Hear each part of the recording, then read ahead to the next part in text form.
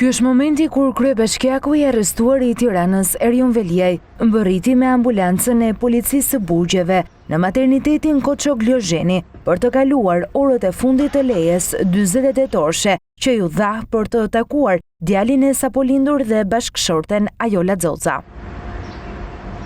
Siç tregojnë pamjet, Veliaj i kishte duart e lidhura me pranga dhe shoqërohej nga efektiv të policisë së burgjeve.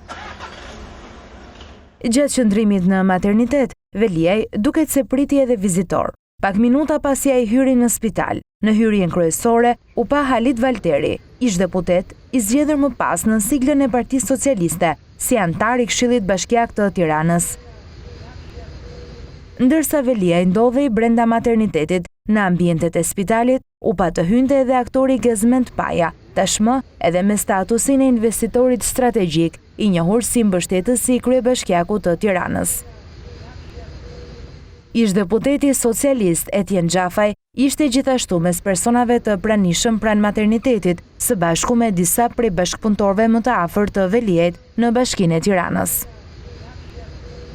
Në fund të lejes, Veliaj u rikthye në paraburgimin e Durrësit, ku mbahet që prej 10 shkurtit të vitit të kaluar, kur u arrestua me kërkesë të SPAK dhe me vendim të gjykatës së posaçme. Veliaj përballet me 13 akuza, përfshirë korrupsionin pasiv, pastrimin e parave, mosdeklarimin e pasurisë, shpërdorimin e detyrës dhe futjen e sendeve të ndaluara në burg. Bashkëshortja e tij Ajola Xoxa akuzohet për 9 vepra penale që lidhen me korrupsionin pasiv, pastrimin e parave, mosdeklarimin e pasurisë dhe fshehjen e të ardhurave.